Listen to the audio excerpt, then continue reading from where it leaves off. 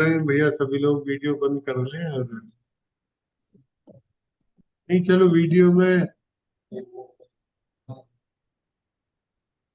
हाँ, जब शुरू हो तो जब बंद कर लें जिससे कि आवाज ठीक है।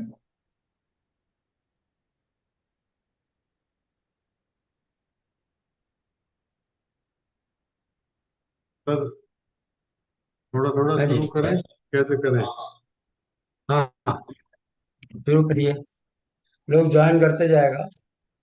हाँ, तो किसान भाइयों, आज की वेबिनार में आप सभी किसान भाइयों या अन्य जो इसमें भागीदार पार्टिसिपेंट्स हैं, सभी को मेरा नमस्कार। और सभी का मैं इस वेबिनार में शामिल होने के लिए आपका आभार, अभिनंदन और स्वागत करता हूं। और मैं समझता हूं कि आज की वेबिनार आप लोगों के लिए जो कृषि क्षेत्र में जो आपकी समस्याएं आती हैं, उन्हें सुलभ करने के लिए कुछ ना कुछ आपके लिए उपयोगी होगी। आज की जो चर्चा विशेष रूप से रहेगी, उसका मुख्य विषय है कि लाभदायक सूक्ष्म जीवी, बेनिफिशियल माइक्रोबियल बायो एजेंट, जो चिन्हित हैं, आइडेंटिफाइड हैं, उन बायो एजेंट को कृषि में उपयोग करने से लिए उपयोग करके क्या लाभ उठाया जाता है, जा सकता है। खास तौर से पोषक तत्व प्रबंधन, समेकित पोषक तत्व प्रबंधन एवं समेकित कीट व बीमारी प्रबंधन में इन लोगों का काफी उपयोग देखा गया है। जो एक आज की चर्चा में हम आप लोगों को ये बताने की कोशिश करेंगे कि जो किसानों के एक मिथ है कि जैविक में पैदावार घटती है, उसके हमने कारण ढूंढ के और उस समस्या को दूर करने की हमने कोशिश की है। जितने हमने प्रयोग किए हैं सभी फसलों पे, तो उसका नतीजा हमारा ये निकला है कि हम अपने प्रयोग अभी अभी हम प्रयोग जारी रख रहे हैं सारे देश में, अलग अलग स्टेट्स में, कि वो जो प्रयोग हमने किए हैं वो आपके साथ साझा करें और उसका आप लोगों को, ताकि उससे कुछ फायदा हो सके। उसमें हमने ये इस नतीजे पे पहुंचे हैं कि जो मिथ है कि जैविक में पैदावार घटती है, वो मिथ, वो गलत सोच है।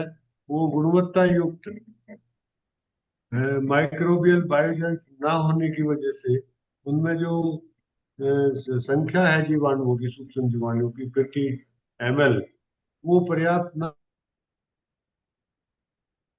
होने की वजह से उनका असर कम होता है। और उसके कम होने की वजह से उनके पैदावार की बढ़ोतरी में और आपके कीट प्रबंधन में, बीमारी प्रबंधन में भी दिक्कत आती है। तो ये भी देखा है और ये महसूस किया है कि अगर किसी अ, पौधे को या किसी भी व्यक्ति को, पौधे में और व्यक्ति में बिल्कुल सिमिलरिटी है, उनका बिहेवियर ठीक है। अगर पौधे का स्वास्थ्य अच्छा रहेगा तो उसका कीट प्रबंधन भी ठीक रहेगा और पैदावारी उसमें बढ़ेगी। तो मैं यही और वो अगले सेशन में मैं डिटेल में हर एक पे मैं चर्चा किया है। अभी तक हम ज्यादातर फसलों को कवर कर चुके हैं और सभी एग्रो क्लाइमेटिक जोन में कर चुके हैं। और हमारा यही रहेगा कि आपको हम कैसे किसान अपने फार्म पे इसको उगा सकता है, मल्टीप्लाई करके इसका उपयोग कर सकता है, जिससे कि उसको उसकी कीमत भी कम हो, उसका खर्चा कम हो और उसकी पैदावार बढ़े। मैं अभी इसी अ, अपनी बात को यहाँ विराम लगाते हुए अगले सेशन में फिर कहूँगा। मैं डॉक्टर टीपी राजेंद्रन सर से निवेदन करूंगा कि वो अपने मार्गदर्शन से हम लोगों को, किसान भाइयों को थोड़ा अपना मार्गदर्शन दें। डॉक्टर टीपी राजेंद्रन आईसीआर में ADG plant protection, assistant director general plant protection रहे हैं और बायो सिक्योरिटी। और इन्होंने जो एक रायपुर में इंस्टीट्यूट है उसके ये निदेशक रहे हैं, उसके फाउंडर फाउंडर रहे हैं। तो इन्हें जो एबायोटिक जैसे आजकल ये जो हमारे क्लाइमेट चेंज की वजह से जो फसलों को नुकसान हो रहा है उसको हम एबायोटिक स्ट्रेस कहते हैं। और बायोटिक स्ट्रेस इनका बहुत लंबा अनुभव है, और ये इनका आशीर्वाद हमारी संस्था पे हमेशा रहता है। ये हम जिस वक्त भी हम इन्हें इस सेवानिवृत्त में इतना लंबा समय हो गया, लेकिन इन्हें किसानों से जुड़ के बहुत खुशी होती है। किसानों से बात करके उनकी किसी मशवरे से इनको कोई फायदा होता है तो उसमें हमेशा तत्पर रहते हैं। हम दोनों में एक सिमिलरिटी है कि हमें कोई किसी वक्त भी किसान फोन करे और हम जागते हुए और उसकी घंटी सोते हुए तो सुन जाए तो हम जरूर सुनते हैं। तो हम मैं इसी अ, शो के बाद मैं राजेंद्रन सर से निवेदन करूंगा कि वो अपने अनुभवों और जो आपने जो हमने जितने ट्रायल नहीं किए हैं आपके मार्गदर्शन में ये सारा काम हुआ है, तो इसमें जो भी आप किसानों को कोई अच्छा संदेश दे सकें और उन्हें मार्गदर्शन कर सकें, मैं आपको आमंत्रित करता हूँ। धन्यवाद सर। राजेंद्रन सर। नमस्कार। सब सारे इकट्ठे हुए विविध प्रांतों से, विविध राज्यों से जुड़ा हुआ किसान भाई और बहनों, मैं राजेंद्रन, जैसा कि फार्मर के डायरेक्टर डॉक्टर जगपाल सिंह साहब ने अभी इंट्रोडक्शन दिया था। हम करीब 40 साल से किसानों के साथ जुड़े हुए हैं और कई कई उनकी समस्या को अध्ययन करने और उनकी निवारण के लिए कैसे कैसे हम विज्ञान के प्रयोग को इस्तेमाल कर किया जा सकता है, और उस ज्ञान से ज्ञान से निकला हुआ ज्ञान से हम किसान को बता के उनके प्रश्नों का उत्तर देने के लिए सक्षम रहते हैं। जैसा कि आप लोग एक ऐसे वातावरण का बदलाव को, हम लोग सारे लोग जो वातावरण के बदलाव का जूझ रहे हैं, हम लोग ऐसा अनुभव, तो उसमें क्या होता क्या है कि अनप्रडिक्टेबल हम बोलते हैं, जिसका कोई भविष्यवाणी नहीं किया जा सकता है, उस किस्म का बदलाव या व्यतियान आते जा रहेंगे। जैसा कि इस साल की बारिश की कहानी पूरे देश की, या पिछले साल की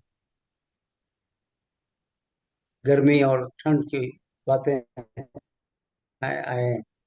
इस साल का भी ठंड बताया जाता है कि काफी कठोर रहेगा। तो ये बदलाव के साथ हमें जीना है, जो मुमकिन बात बन गया है। इस स्थिति में फसलों के आधार पर जीने वाले देश के सारे किसान भाई बहन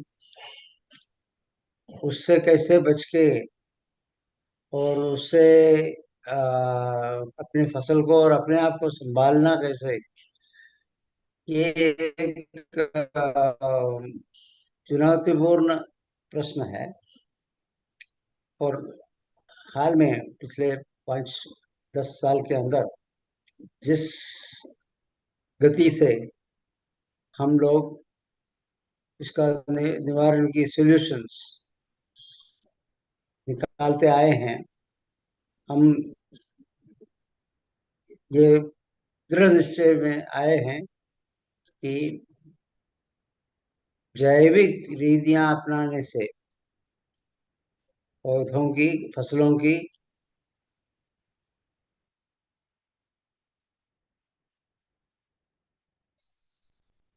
उन्नति, फसलों की खेती करना ऐसे संभव है जैसे हम उर्वरक से करते आए थे। इसका मतलब ये है कि इंटीग्रेटेड न्यूट्रिएंट मैनेजमेंट, INM, जो हम जिस आ, बात से हम वाकिफ है, और IPM, इंटीग्रेटेड कीट और रोग प्रबंधन, इन दोनों की सम्मिलित स्थिति हम ला सकेंगे अपने खेतों में, अपने जमीन में, जब हम लाभदायक खेती के ओर बढ़ते जा रहे हैं और सोच हमारी उस तरफ है। तो जो जीवाणु या फफूंद हम कल्चर करके उन कल्चरों का इस्तेमाल करेंगे, तो पौधा कैसे, फसल कैसे हमारे इच्छा के अनुरूप अच्छा अच्छा फल दे सकता है। फल मतलब रिजल्ट दे सकता है। तो धीरे धीरे हमारा चाहत, फार्मर संस्थान की तरफ से हमारी चाहत ये है कि कैसे हमारी खेती शाश्वत खेती की तरफ बढ़ जाए। शाश्वत खेती तब हो सकता है जब हम अनिश्चित अनिश्चित स्थितियों का सामना करके उसके निवारण की सोच विचार रखेंगे और हम उसको अपनाएंगे। तो उसके बेसिस पर हम जितना भी अनिश्चितता समय समय पर उठते आएगा, उनका सबका निवारण के मार्ग देख के ऐसे मार्ग को अपना सकेंगे जो एक शाश्वत खेती की तरह हमें पहुंचा सकेंगे। जब हम शाश्वत खेती की बात कर रहे हैं, तो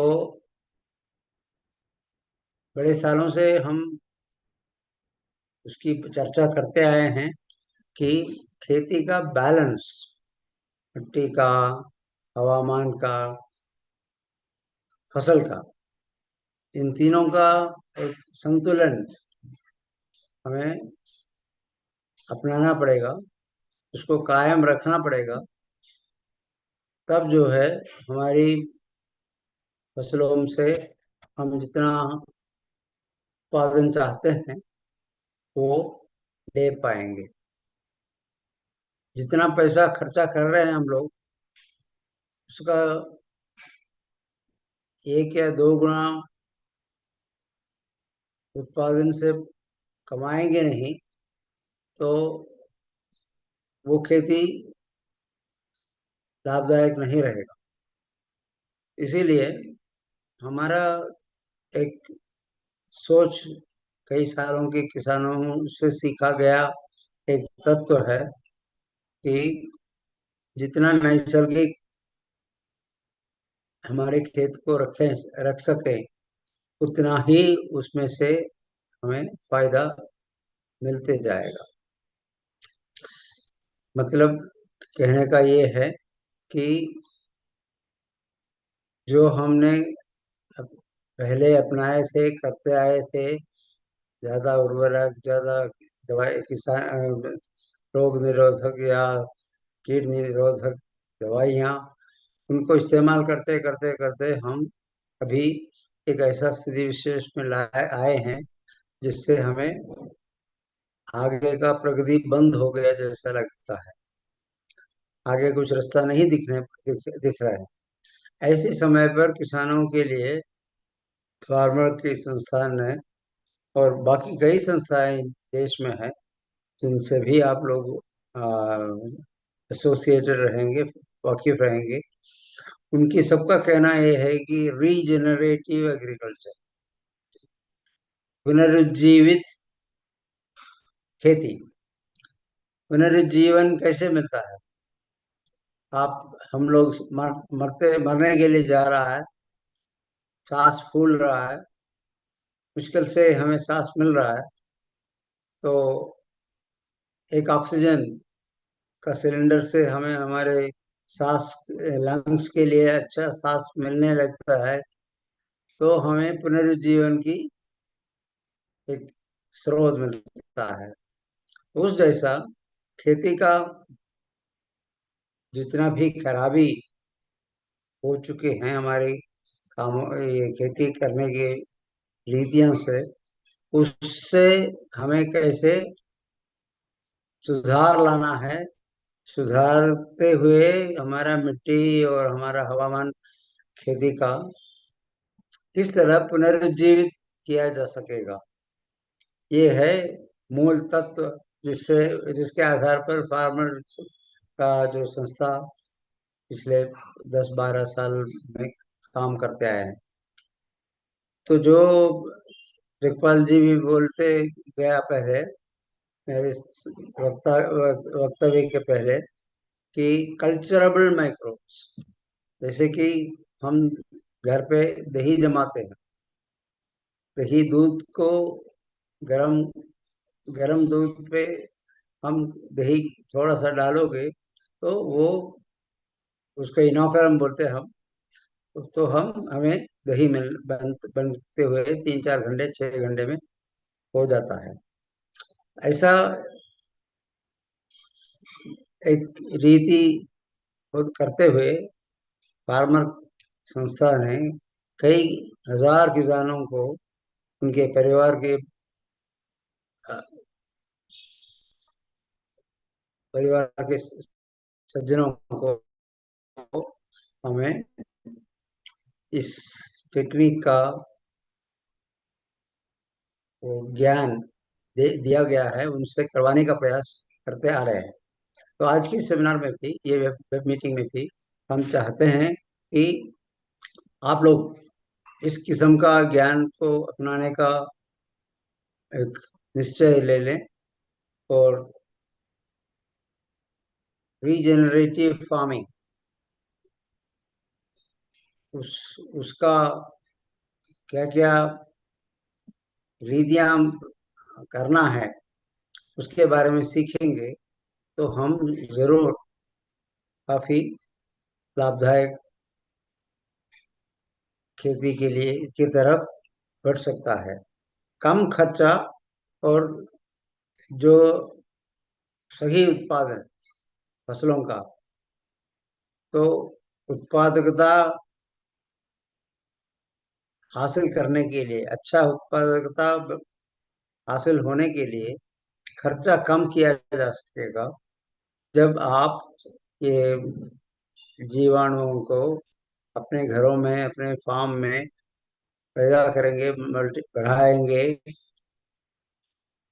थोड़ा बहुत मेहनत से, ताकि हम बाजार में जाने की जो जरूरत है वो ना हो, तो उतना हमारी कॉस्ट कम होते जाएगा, और हम स्वाश्रय इन चीज़ों को, दवाई हो या जैविक उर्वरक हो, उनका सबका प्रोडक्शन करके अपने खेतों में इस्तेमाल किया जा सकेगा। अगर एक गांव में 40-50 किसान इस तरह का शुरू करेंगे तो पूरा गांव का रूपांतर हो सकता है, और जो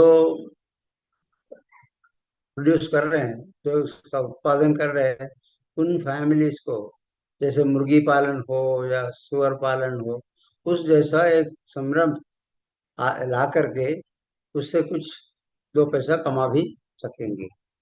तो संक्षिप्त में ये इतना कहूंगा कि आज इस सेमिनार के माध्यम से आप लोग ऑलरेडी इसके बारे में, सब इस विषय में कुछ कुछ जानकारी होंगे, तो आपके प्रश्नों से या आपकी शंका से उसको हमें बताएंगे तो हम उसका निवारण करने का भी प्रयास करते आएंगे। अब के लिए मैं अपना दो शब्द बंद कर रहा हूँ। आगे हम किसानों से सुनना चाहेंगे। धन्यवाद। धन्यवाद डॉक्टर साहब। आपने बड़े थोड़े से शब्दों में एक जो मैसेज आप देना चाहते थे वो देने का प्रयास किया है। मैं आशा करता हूँ कि किसानों को भी इसका लाभ जरूर मिलेगा। अब मैं थोड़ा जो मैंने इस पे काम किया है, जो मेरे अनुभव हैं, मैं वो किसानों से साझा करना चाहता हूँ आपकी इजाज़त से, ताकि मैंने कहाँ कहाँ काम किया है, क्या मेरे उसमें वो रहे हैं, क्या मेरा सोचना है इस बारे में, मैं वो सभी किसानों से आप सभी के सामने रखना चाहूँगा। सबसे पहले तो सबसे पहले तो किसान भाइयों को मैं अपनी संस्था के बारे में बताना चाहूँगा कि हमारी संस्था ये 2002 में रजिस्टर की गई। ये राष्ट्रीय स्तर की संस्था है और सारे देश में हम इसमें काम करते हैं। और गाजियाबाद में लेबोरेटरी है। उस लेबोरेटरी में हमारे जो ये जो जैविक खेती पर बहुत हमने काम किया है।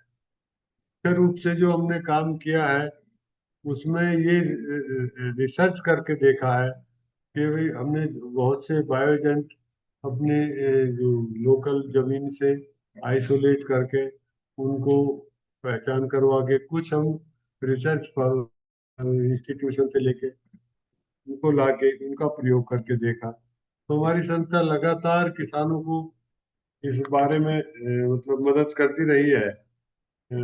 और आगे भी जो किसान हमसे जो मदद चाहेंगे वो जुड़ेंगे, क्योंकि हमारी संस्था को पिछले 22 साल से कई हजार किसानों के, हो सकता है 15-20 हजार किसानों के हम यहाँ ट्रेनिंग भी देते हैं, प्रदर्शन भी करते हैं। और जो सारे देश में हमने प्रदर्शन अब तक ये जो इन माइक्रोबियल बायोजेंट जो लाभदायक सूक्ष्म जीवी का प्रयोग करके विभिन्न फसलों पे, हो सकता है कि हमने हजारों किसानों के साथ हमने इसका प्रदर्शन और भिन्न भिन्न एग्रो क्लाइमेटिक जोन में करके देखा है।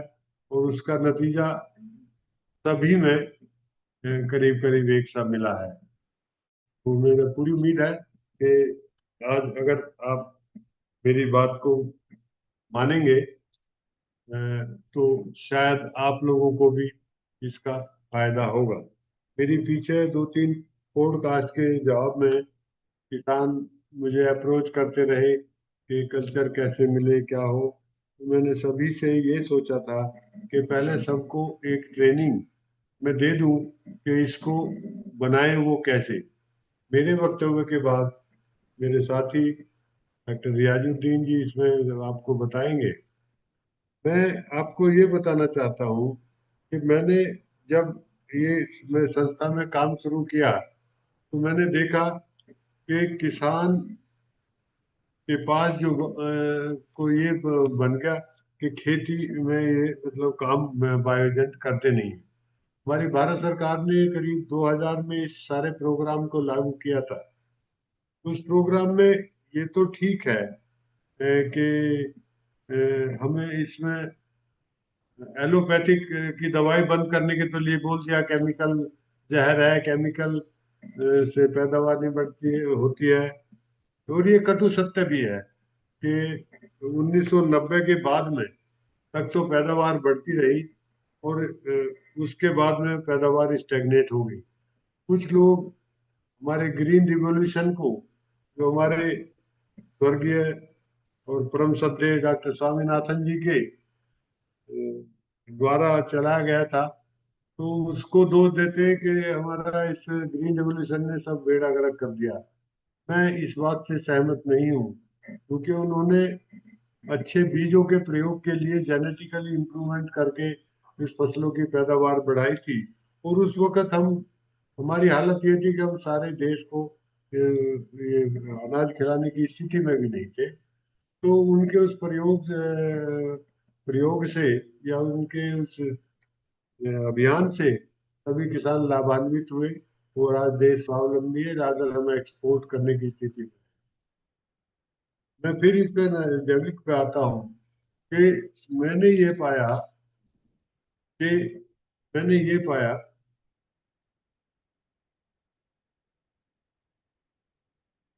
मैंने ये पाया कि जो हम इसको जैविक में कमी कहाँ है। तो जो जैविक कृषि आदान जो सूक्ष्म जीवी बायो फर्टिलाइजर और बायो पेस्टिसाइड के रूप में विभिन्न कंपनियों द्वारा बनते हैं, वो उनके डिस्ट्रीब्यूशन चैनल, चाहे वो सरकारी माध्यम से हो चाहे वो प्राइवेट माध्यम से हो, उसको कि सरकार के पूरे छूट छूट उससे मदद के बावजूद भी किसानों तक वो गुणवत्ता युक्त नहीं पहुंच पाया।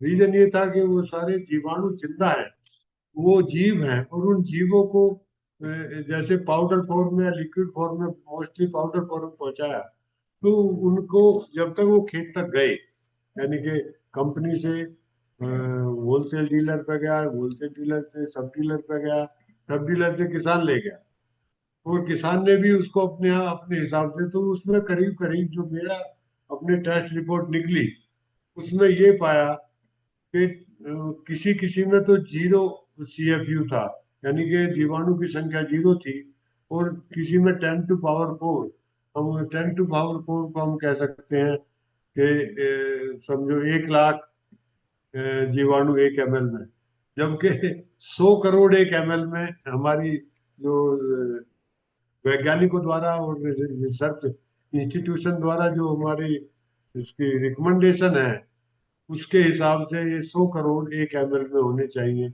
और इससे ज्यादा हो तो ठीक है। अब गलती किसी की नहीं, सरकार भी मदद कर रही, कंपनियां भी बना रही, कुछ कंपनियों को छोड़ के ज्यादातर कंपनियों ने कोशिश की, लेकिन दिक्कत ये रही कि जो चैनल में इसको जो माहौल मिलना चाहिए था वो नहीं मिला। उससे मैंने देखा कि दूसरा, मैंने करीब हजारों सैंपल, कई हजार सैंपल मिट्टी के टेस्ट किए, तो उसमें मुझे जीवांत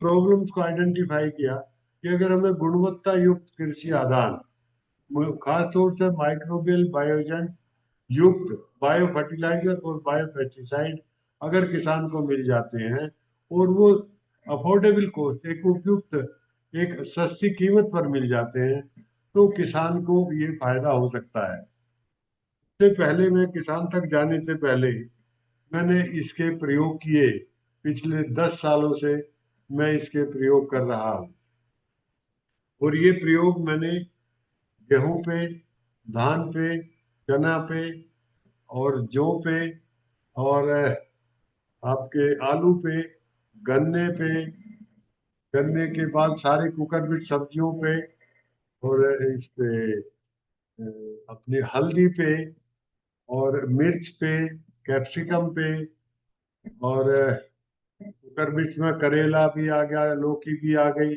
और ये आपकी तोरी भी आ गई, इस पे टमाटर पे, बैंगन पे, और जो कंद की फसलें हैं, फिर बागों में आम पे, अमरूद पे, चीकू पे, और नींबू पे, और संतरे पे, या कीनू पे, इस तरह से सभी फसलों में प्लांटेशन पे मैंने करके देखा, और मैं इस नतीजे पे पहुंचा कि ये जो हम साइलोज में काम करते हैं, ये फलानी फसल का अमुक कीड़ा ये फलानी दवाई से मरेगा, ये ढिकली से दवाई से मरेगा, मैं ये मानता हूँ कि हर पौधे में जड़ है, हर पौधे में तना और पत्तियां हैं, और उसको खुराक लेने का धूप से, हवा से और भूमि से उसमें मिलती है। उसको खुराक में जो जो तत्व हमें चाहिए, 17 तत्व आदमी को चाहिए, जो 17 तत्व आदमी के शरीर में भिन्न भिन्न कार्य करते हैं। कोई तो हमारी मांसपेशियों को विकास करता है, कोई हमारी हड्डियों को मजबूत करता है, कोई हमारी बुद्धि को मजबूत करता है, कोई हमारे बीमारियों से लड़ने का करता है, कोई हमारी त्वचा को। तो उन 17 तत्वों का अलग अलग सभी का रोल है, और सभी तत्व जरूरी हैं। पौधा हमारी प्रकृति में, हमारी सृष्टि में हमसे पहले आया, और वो वर्चुअली हमारे लिए आया। हमारा उसका सब जो अ, वो है प्रजनन प्रक्रिया है, या जो बढ़ोतरी है, जो हम अपने इंसान तो अपने वंश को चलाने के लिए, और पौधा भी अपने वंश को चलाने के लिए करता है। तो कुछ पौधे तो एक साल में या कुछ महीनों में 6 महीने में मर जाते हैं, उन्होंने अगले पैदा किए दाने और मर गए। कुछ है जो पेरिनियल है, जैसे मैंगो है, जो फलदार जितने वृक्ष हैं वो बहुत दिनों तक रहते हैं। तो उनसे हमें जो फल मिलते हैं, इनको हम ऐसा समझते हैं जैसे किसी बच्चे, हम उनसे हर साल लेते हैं। आम में अब आप देखते हैं कि एक साल फसल आती है, एक साल नहीं आती है या कम आती है। तो वो क्यों ना आती है कम, ये किसी ने ये इसमें ज्यादा ध्यान नहीं दिया।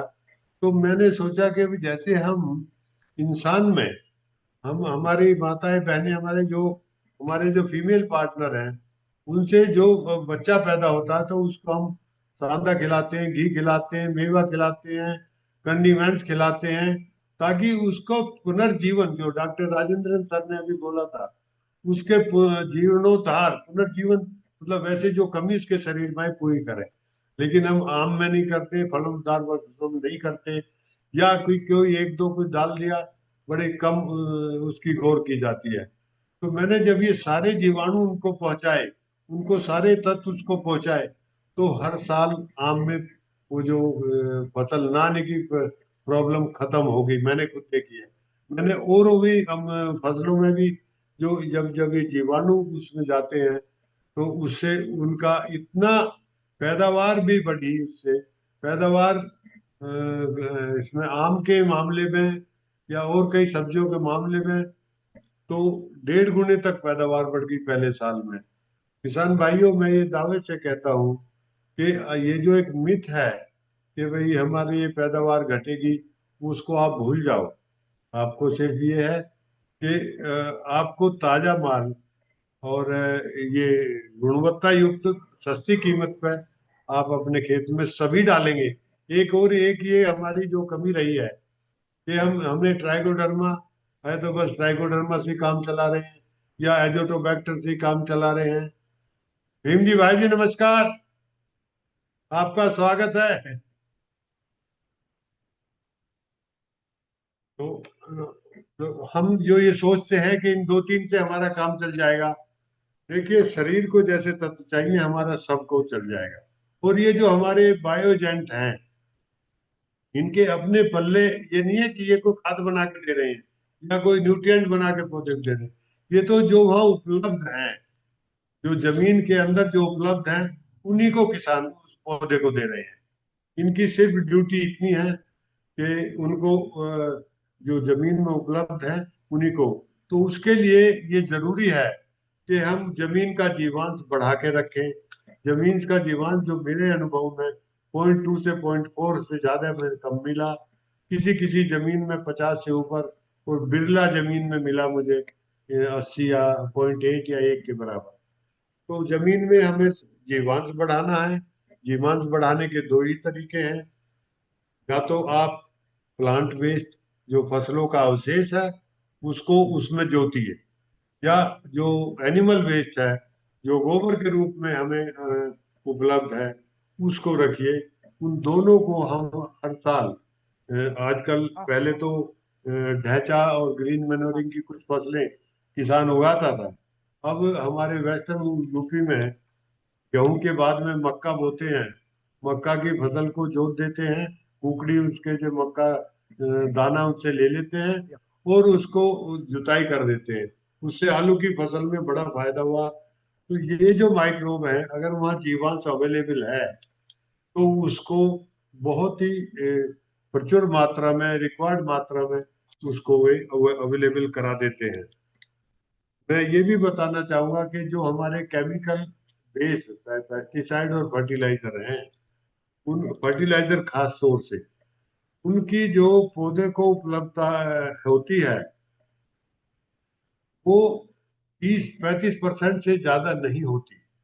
उसमें कुछ तो लीचेट हो जाता है, कुछ हवा में उड़ जाता है, एवोपरेट हो जाता है। तो जो मान लिया 100, ज्यादातर फसलों में 120 किलो नाइट्रोजन पर हेक्टेयर की रिक्वायरमेंट होती है, तो उसमें से पौधे को समझो आप कि 40 किलो 35 किलो ही नाइट्रोजन मिल पाती है।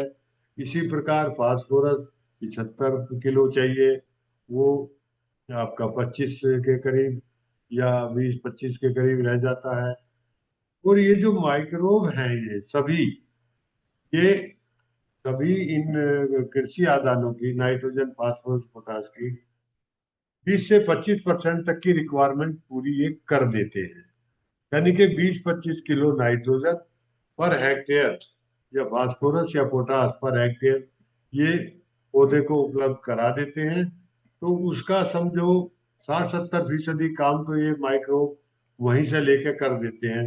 जो जहाँ इनसोल्यूबल फॉर्म में जो हमारे पोषक तत्व पड़े हैं जमीन में, उनको सोलूबल घुलनशील अवस्था में उसे बदल के उसको किसानों को पौधे को उपलब्ध करा देते हैं। इसके अलावा जो अगर जो भी रिकमेंडेशन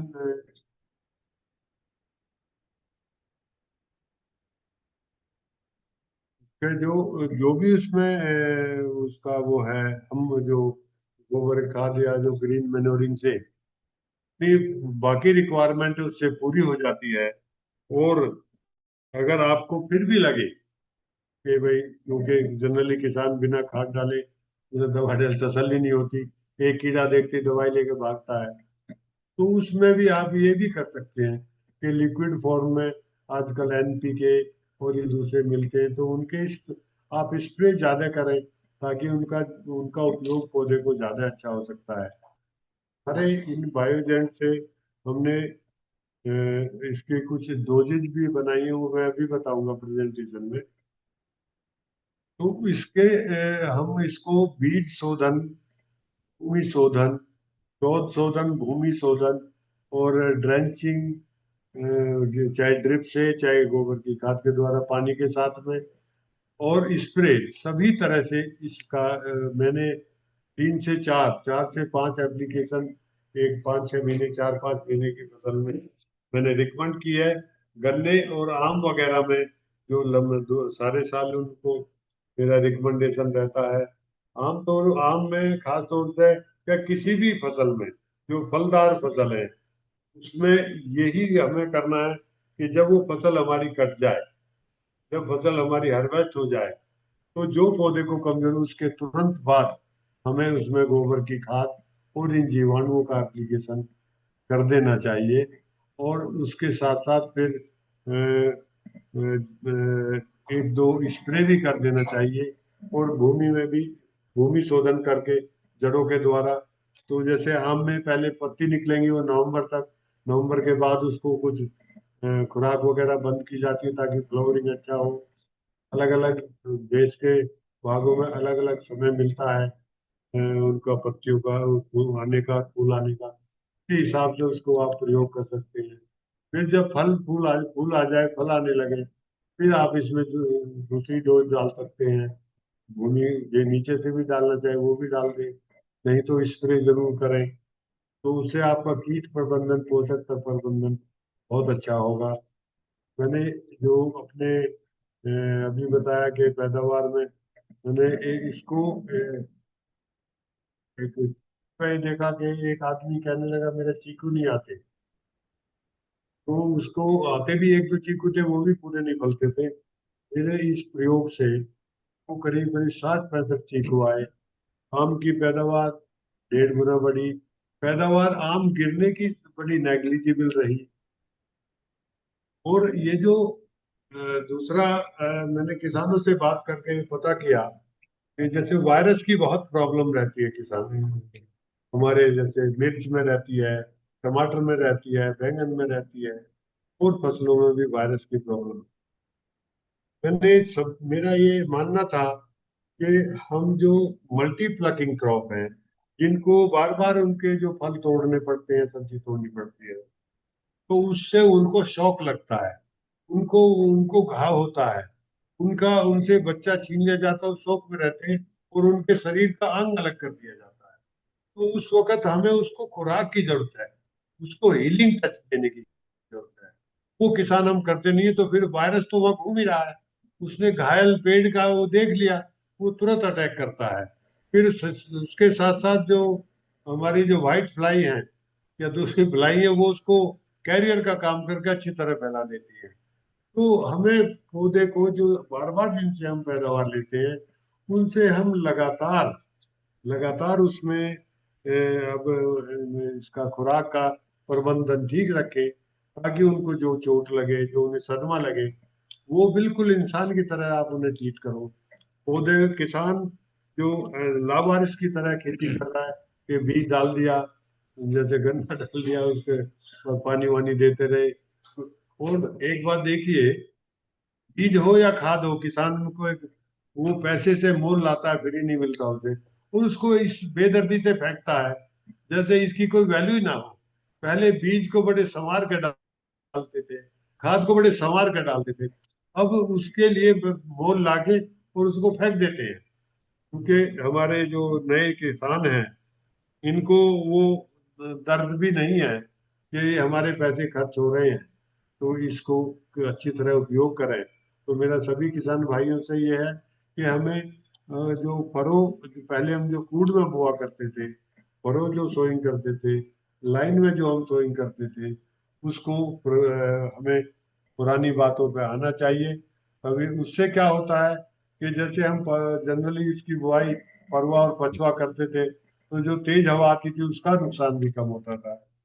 हमें अपनी जितनी भी सरकार ने जो प्राकृतिक खेती और जो पुरानी पद्धतियों के लिए जो हमारी भारत सरकार और सारी प्रदेश सरकार इसमें बहुत जोर दे रही है, पिछले 5-10 सालों से इसको अभियान के रूप में मतलब किया है, तो उसका बड़ा फर्क पड़ा है। हमें उसका लाभ उठाना चाहिए। और ये अगर हम जो शाश्वत खेती, राजेंद्र सर के शब्दों में, और कुछ के शब्दों में प्राकृतिक खेती, मेरे शब्दों में जैविक खेती, ये सब एक ही हैं। इस कंट्रोवर्सी में हम ना पड़े। जो जो जीवामृत या गंजामृत जो कर रहे हैं, उनसे फायदा हो रहा है। अब मेरे इस माइक्रोब में, मेरे जो द्वारा हमारी लैब के द्वारा जो माइक्रोब है, वो चिन्हित है। उनका उनका पता है। ये जैसे कहते हैं ना भाई, ये किस खानदान से हैं, इनके खानदान का पता है, इनकी परफॉर्मेंस पता है। साइंटिस्टों ने उसको प्रमाणित किया हुआ है। हमारे आईसीआर के जितने साइंटिस्ट हैं, उनके प्रमाणीकरण की वजह से उन पर कोई शक की बात नहीं है। अब इनकी जैसे मैंने देखा कि पैदावार जो जितनी बड़ी है, अ, उसका कोई पैमाना नहीं है। अगर आप जितना मतलब 5-10% तो मामूली बात है, घटने का मतलब ही नहीं उठता। और मैंने तो 1.5 और 2 गुनी तक पैदावार देखी है। ये मैं इसलिए डर के कह रहा हूँ, कोई कल को कोई झूठ ना पकड़ कह ले झूठ बोलता है। मैंने खुद देखी है। लेकिन किन्हीं कारणों से किसी के ना हो, तो उसमें उसकी मैनेजेरियल प्रॉब्लम है, वो प्रबंधन का समस्या है।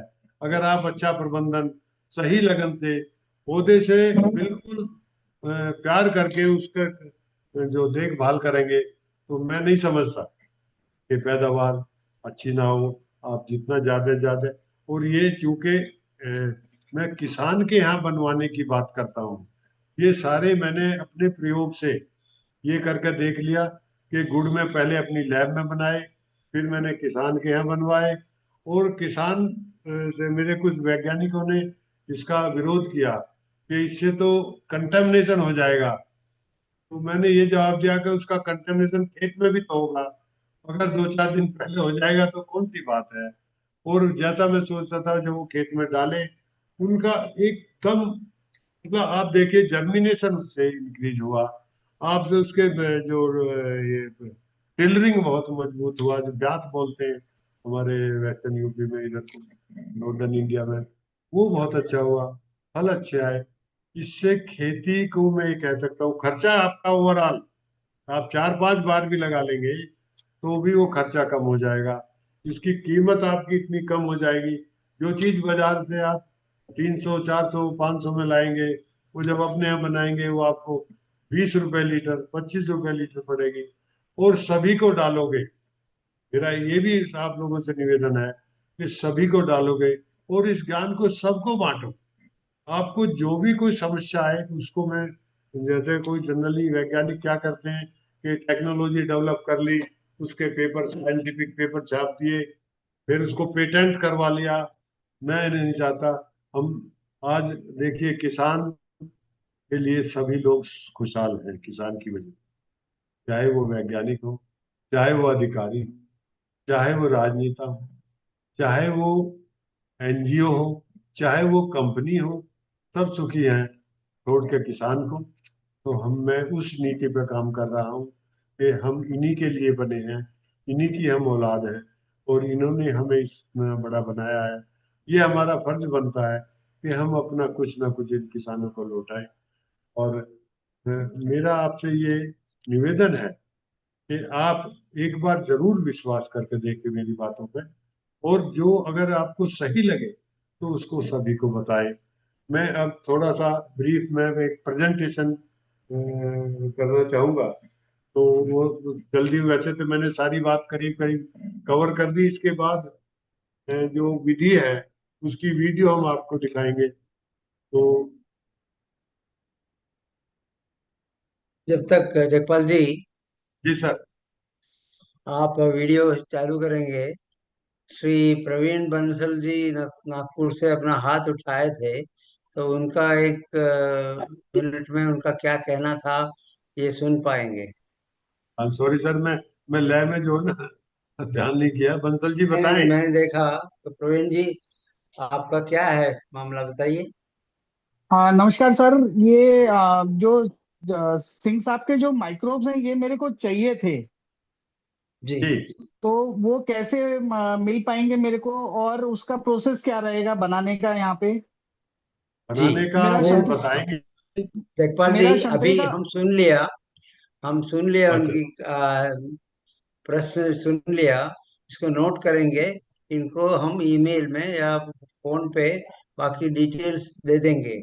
अभी फिलहाल वीडियो चालू करेंगे, उसके बाद जो है ना, हम आपको प्रवीण जी, आपका समाधान क्या है, कैसे करना है, ये बता दी देंगे, ठीक है। और जी थोड़ा रुक जाइए, रहम रहिए, तो उसके बाद हम बता देंगे। Thank you. जी यस, आप चालू कर लीजिए जगपाल जी।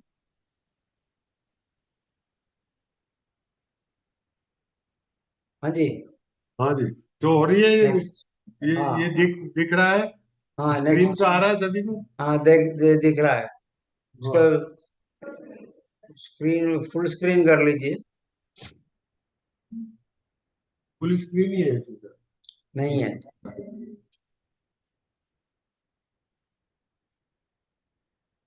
अब हो गया सर, ठीक है। Okay, carry on please. ये ये तो कोई अगर हाँ, ये स्लाइड मूव कर रही है सर। हाँ, स्लाइड मोड करना है ना, ये तो मैं कह रहा हूँ। नहीं, मूव कर रही है स्लाइड। हाँ, आगे बढ़िए। बढ़ रही है, स्लाइड बढ़ रही है। नहीं बढ़ा। नहीं बढ़ रही। एक नंबर पे बढ़ा है।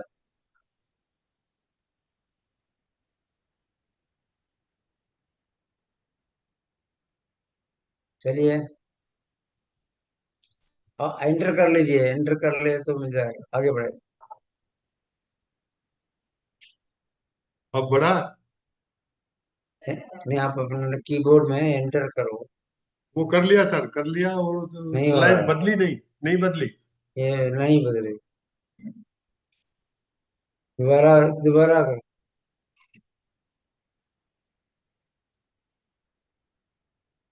कहीं आपका इंटरनेट ठीक है?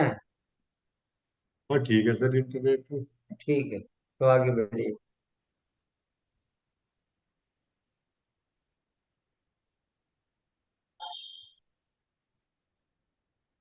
जी बदला। जी जी, आ रहा है अभी। हाँ, ये तो सर बायो एंटरप्रेन्योर के लिए हमने एक मॉडल बनाया है कि कोई अगर किसान, अपना बड़ा किसान है बहुत, उसे ज्यादा जरूरत पड़ती है, या दो दो चार पांच सात किसान मिलकर ग्रुप में बनाना चाहते हैं, तो उसमें ये पहले 30 लीटर वाले और फिर ये छोटे ड्रम, इनको एक इकट्ठा हमने एक सिस्टम बनाया है। डिटेल में जब कोई किसान मेरे से बात करेंगे तो मैं इसके बारे में समझा दूंगा। हाँ, तो इनकी इम्पोर्टेंस के बारे में जो मैंने जो प्रॉब्लम चल रही है कि हमने अंधाधुंध केमिकल पेस्टिसाइड, स्लाइड तो बदल गई ना, हाँ, यस। जो हमें उससे हमने जो अंधाधुंध पेस्टिसाइड और ये जो फर्टिलाइजर यूज किया, उससे हमारा क्या हुआ, रेजिस्टेंस बढ़ गई, और उसमें एनवायरनमेंट में पॉल्यूशन हो गया, और ये जो तो नुकसान पहुंचाने वाले कीड़े वो बढ़ गए, और हमारे आदमी ह्यूमन हेल्थ को, एनिमल हेल्थ को, सभी को रेजिडुआ हमें सब्जी में आ गया, और इसकी कॉस्ट भी ज्यादा है, ये सब इसकी प्रॉब्लम है। और इसमें जहाँ तक बायोलॉजिकल कंट्रोल है, इसमें एफिशिएंसी इसमें ज़्यादा है, ये सस्ता भी पड़ता है, ये आसान से पैदा किया जा सकता है, और इसका बहुत दूर तक मतलब सस्टेनेबल है, और इससे बाजार की जो इंडियन डिपेंडेंस है उसको भी कम करता है, तो स्वावलंबिता को बढ़ाता है, और इसका कोई आदमी और जीव पे कोई या वातावरण पे कोई खराब इफेक्ट नहीं पड़ता, एनवायरनमेंट को बचाता है, मिट्टी को बचाता है, पानी को बचाता है, और अच्छी क्वालिटी के प्रोड्यूस। मेरा ये अनुभव रहा है कि जैविक द्वारा प्रोड्यूस किए हुए जो जैविक विधि से प्रोड्यूस की हुई पैदावार का स्वाद ही अलग होता है, पेट में गैस भी नहीं बनती, वो बिल्कुल ठीक रहता है। तो इसमें दिक्कत क्या है कि भाई हमें क्वालिटी बायोएजेंट जो मैंने अभी बोला था कि किसानों को नहीं मिल पाते, और उनकी सेल्फ लाइफ भी उनकी कम रहती है, जो अनफेवरेबल ट्रांजिट में जो उन्हें कंडीशन रही, और अवेयरनेस, ये तो बात मैं सारी करीब करीब आपको बता चुका हूँ। मैं अगली स्लाइड पे चलता हूँ। तो हमने जो किया है, एक तो लो कॉस्ट टेक्नोलॉजी से बायोजेन का मल्टीप्लिकेशन हमने इस पे किया है, और इजी एप्लीकेशन टेक्नो मेरा यही रहा है कि इसको किसान को बजाय इसके कि सबको इकट्ठा करके डलवा दो, जैसे ना बार बार स्प्रे से ना करना, स्प्रे में कॉस्ट लगती है, तो उनको मिला के डल जाता है। उसमें ये कहते हैं कि एंटागोनिस्टिक, कहती मैंने कोई इसमें महसूस नहीं की, हमें पैदावार अच्छी मिल रही है, उसका स्वाद अच्छा मिलता है। तो हमने इसकी डोजेज भी ऑप्टिमाइज की है, आगे मैं डोजेज भी बताऊंगा। लेबोरेटरी और फील्ड के हमने ट्रायल किए हैं, तो सारे देश में करीब हजारों ट्रायल मैं कर चुका हूँ, जिनसे के नतीजे सभी में अच्छे आए हैं। उसमें चाहे स्टेट्स का अगर मैं नाम लूँ, तो मेरे ख्याल में 15 स्टेट में करीब में कर दो, उनका लिस्ट आगे मैं बताऊंगा आपको। और में हम ट्रेनिंग भी देते हैं किसानों को, और एफएलडी भी देते हैं, और इस पे हमने कुछ डॉक्यूमेंट भी छापे हैं, किताबें भी छापी हैं, और जो कंसोर्शिया का जो ये अपना कल्चर है, ये भी हम प्रोवाइड करा देते हैं। हालांकि इसको कहीं और से भी कोई लेना चाहे तो वो ले सकता है। ये एक फर्मेंटर डेवलप किया है हमने, ये एक 10 लीटर किसकी टोटल कैपेसिटी है, इससे 6-7 लीटर हम, बिल्कुल लो कॉस्ट फर्मेंटर है, और कोई पढ़ा लिखा किसान या कोई एंटरप्रेन्योर इसको बनाने दे, बिल्कुल जो कई के 10-20-30 लाख के फर्मेंटर में जो काम होता है, ये 10,000-20 की मुश्किल से कॉस्ट आती है। इस फर्मेंटर से कोई भी अपने यहाँ अच्छी क्वालिटी के बना सकता है। ये हमारा मॉडल है। ये तो हम इसमें जो लैब में जो उसका इसका जो मीडिया तैयार करते हैं, ये मीडिया इसमें से फ्लास्क में, फिर यहाँ से इसको मेजर किया, फिर इसको ऑटोक्लेव किया, फिर उसी फर्मेंटर में डाल दिया, उससे ये एक लो कॉस्ट मदर कल्चर बन गया। ये 15-16-15-20 प्रकार के हमारे पास कल्चर अवेलेबल है, तो उसको हम 1-1 लीटर किसान देते हैं। ये किसान अपने यहाँ क्रिएट करता है, कि उसके ड्रम बनाएगा, उसमें कम से कम वो इन पे ढक्कन होगा, और इसके अभी और इम्प्रूवमेंट मैं कर रहा हूँ इसके एयरेशन के लिए। फिलहाल तो उसको ठंडी से हिलाया जा सकता है। तो ये हमारा मेनली मॉडल है, जो किसान को कनेक्ट करता है। ये उससे बड़े वाला है, जो मैं पहले कह चुका हूँ। ये ये हमारी लिस्ट है।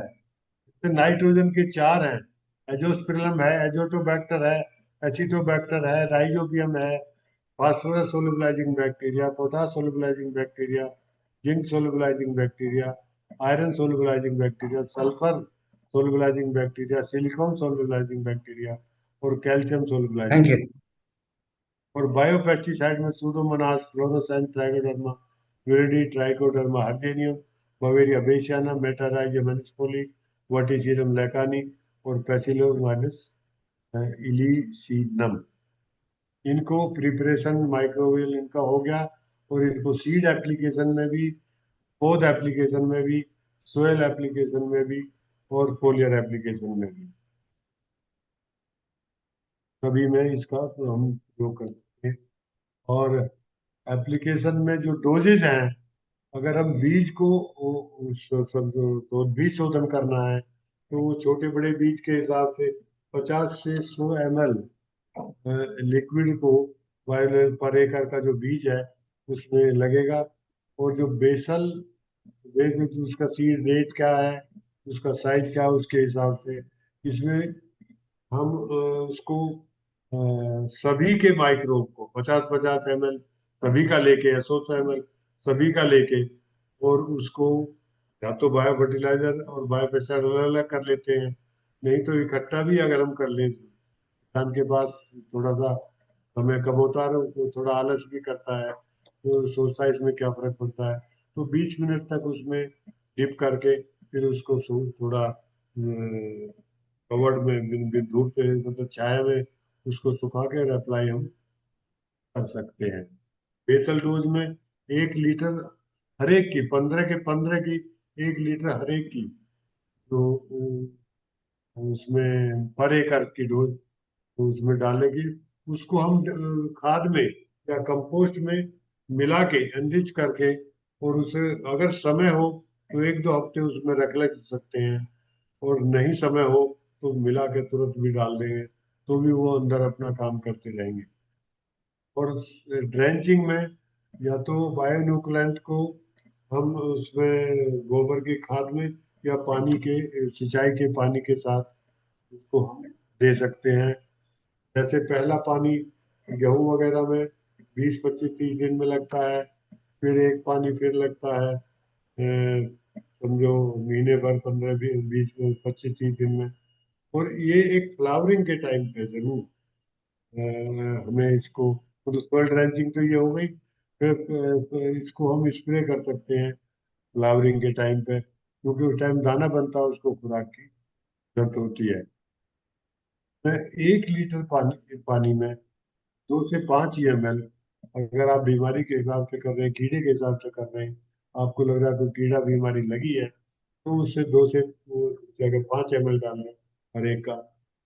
और क्योंकि हर एक क्यों डलवा रहा हूँ, क्योंकि उसको खुराक भी मिलती रहेगी तो उसको रिकवरी फास्ट होगी। आप कहेंगे कीड़ा बीमारी में ये क्या काम करेंगे खुराक वाले, खुराक सबको काम देती है। ये मिलाने की विधि है, ये डालने की विधि है, यहाँ दर्शाई गई है। ये ड्रोन से एप्लीकेशन भी कोई करना चाहे तो वोलियर स्प्रे हम कर सकते हैं। ये मैं जो बाग का जिक्र कर रहा था, ये एक 62 साल पुराना बाग है। हमारे जो पद्मश्री ये डॉक्टर भारत भूषण त्यागी जी, उनके बाग में मैंने प्रयोग किया था। तो ये 62 साल पुराना है जिसमें मैंने प्रयोग किया। इनका ऑर्गेनिक कार्बन काफी था, इन्होंने थोड़ा अप्लाई करने में देर कर दी नवंबर में, तो ये तो उसके हैं पौधे हैं। और जिसमें अप्लाई नहीं किया था वो ये पौधा है। ये आप फर्क बिल्कुल देख सकते हैं, ये ट्रीटेड, ये अनट्रीटेड।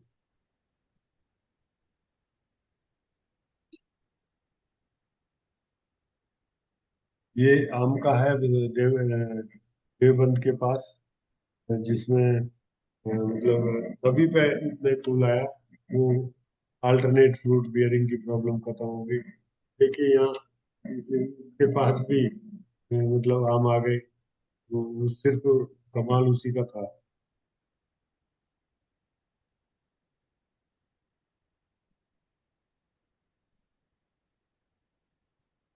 हापुड़ के पास है बाग, सारे बाग में पहले साल में ही जिन पर नहीं आने थे उन पे भी फूल आया। ये अमरूद है। ये जींद में करनाला गांव है, वो किसान भी शायद इसमें है। इनको बहुत उसमें पैदावार में फर्क पड़ा। You are very happy. ये ये एक किसान है हापुड़ के पास। वो ये पूछता है कि मेरे यहाँ कीड़ा क्यों नहीं आया और बराबर वाले के क्यों आ गया। तो इसका कारण ये है कि कीड़े को पता तो नहीं है कि धान का खेत है या गेहूं का है या गन्ने का है। ये तो हमने नाम रखे, उसने तो इसका नॉमिनेशन किया नहीं, नामकरण किया नहीं है। तो उसमें एक फ्रेगनेंस, एक अलग ही तरह की फ्रेगनेंस होती है, जिससे कीड़ा कंफ्यूज होकर चला जाता है। ये PB1, मुच्छड़ बोलते हैं हमारे यहाँ, PB1 वैरायटी का धान है। और इसमें कोई कीड़ा नहीं आया। इसमें शुरू से लेकर आखिर तक कभी बायोजेंट का एप्लीकेशन की थी। ये गन्ने में देखिए, ये हमने बायोजेंट लगाए तो कीड़े बीमारी कम आए। और ये आप ये न समझे कि हमने सेलेक्ट करके यहाँ लाए हैं। कभी का ये मुंबई के पास एक बाग है, उसके फोटो हैं। ये एक सहारनपुर के किसान है। एक ही दिन फसल बोई इसने गन्ने को, चौथ बोया है। तो ये तो अनट्रीटेड में इसका ये पौधे छोटे छोटे निकल रहे हैं। और उसी जमीन खेत में जिसमें ट्रीट किया उसमें इतनी जल्दी पौध बढ़ी।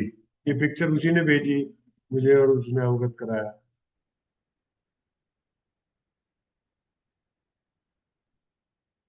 ये मैंने जो फिगर दिए हैं पैदावार की बहुत कम करके दिए हैं।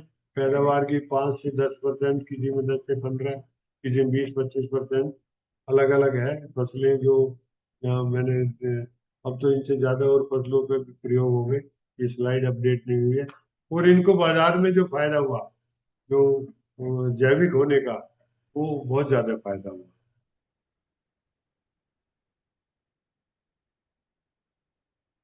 ये हमारे जो वाइट ग्रब पे हमारी जो मेटराइजियम एनिस्फोली है, उसका और बवेरिया बेसियाना दोनों का बहुत अच्छा इफेक्ट होता है।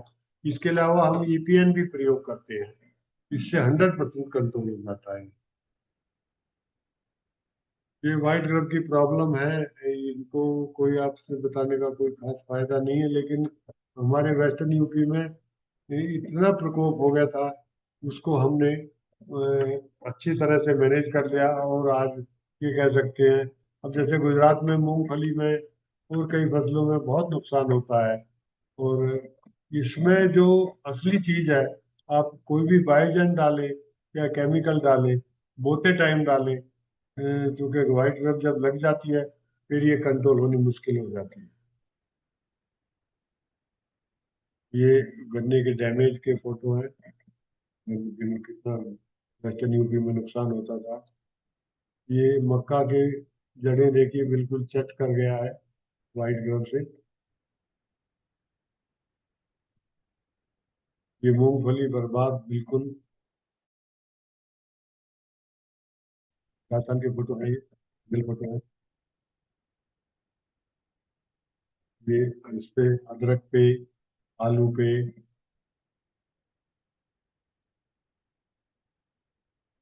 हमने वेस्टर्न यूपी में कुछ इनको स्पीसीज को कलेक्ट किया है। ये जो व्हाइट ग्रब की स्पीसीज है, वो 34 स्पीसीज हम अब तक कलेक्ट कर चुके हैं। हमारा जो रैंडम सर्वे होता है, इनका हम आइडेंटिफिकेशन या तो NBI और बंगलोर से कराते हैं या पूसा से कराते हैं।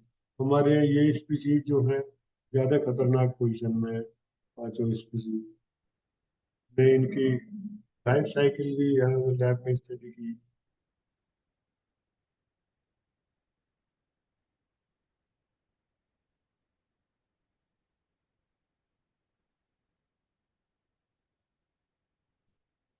ये हम फेरोमोन, सॉरी, फेरोमोन ट्रैप और लाइट ट्रैप यूज करते हैं ये वाइट ट्रैप के movement के।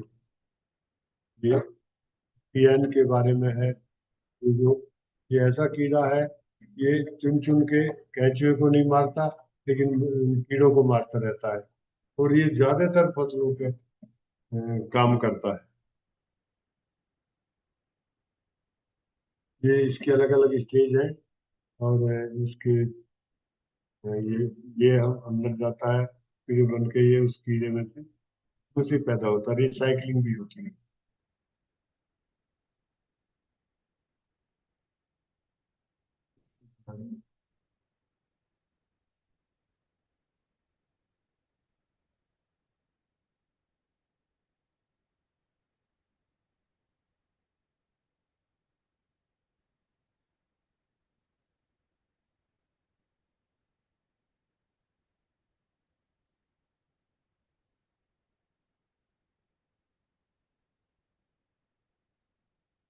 ये एपीएन माइग्रेट भी करता है, इसकी भी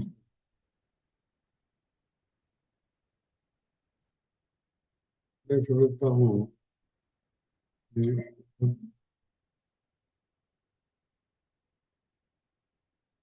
ये हमारे ये लैब की सी में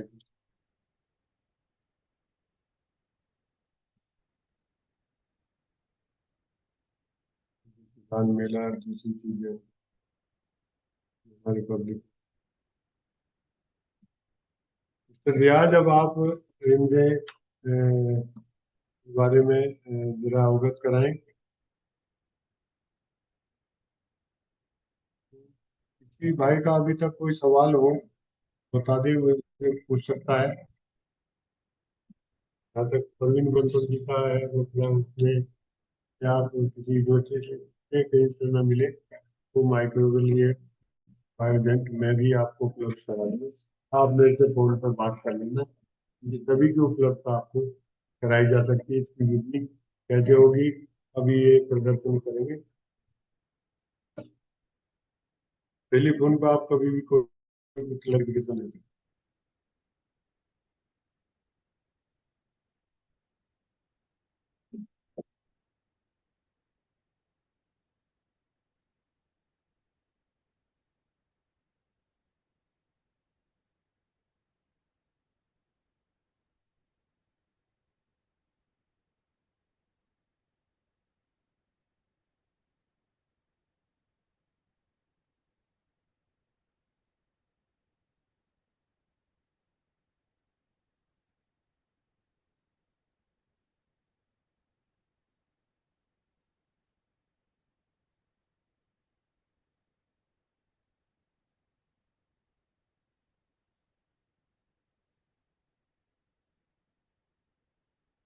सर नमस्कार।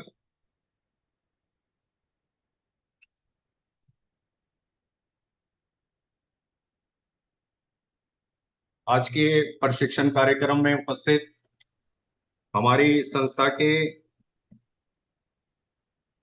सलाहकार वैज्ञानिक सलाहकार समिति के अध्यक्ष डॉक्टर टीपी राजेंद्रन जी और हमारी संस्था के सचिव डॉक्टर जगपाल सिंह जी और हमारे प्रिय किसान भाइयों और अन्य साथियों, आप सभी को मेरा नमस्कार।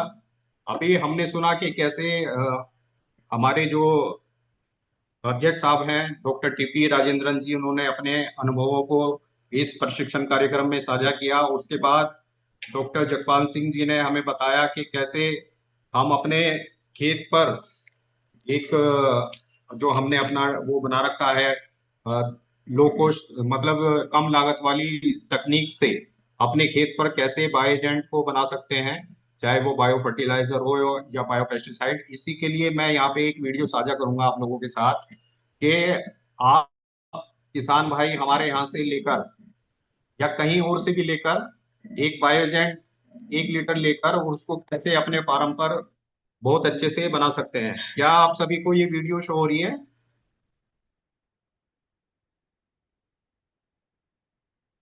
यस, देख रहा हूँ। जी सर, हो रही है। जी जी जी। ये तो वीडियो सबसे लेवल पर नहीं है। हाँ हाँ, अभी शुरू हुआ।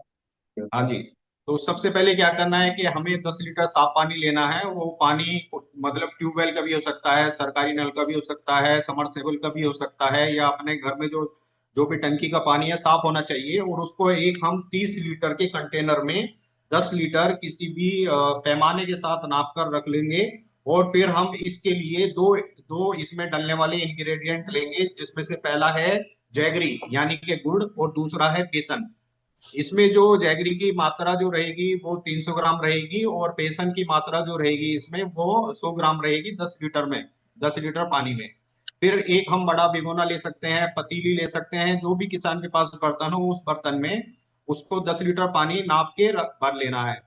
और ये हमें तय करना है कि पानी हमारा साफ होना चाहिए, गंदा पानी हमें हमारा नहीं होना चाहिए। उसके बाद हम कोई भी स्टोव ऑन करेंगे या बर्नर ऑन करेंगे, या जो भी किसान भाई के साथ पास मिट्टी का चूल्हा हो उसके नीचे लकड़ी की आग जला सकता है, या वो खेत पर बनाना चाहता है तो वहां पे लकड़ी इकट्ठा करके ईंटों का चूल्हा बनाए और वहां पे उस पतीली को या बर्तन को रख दे।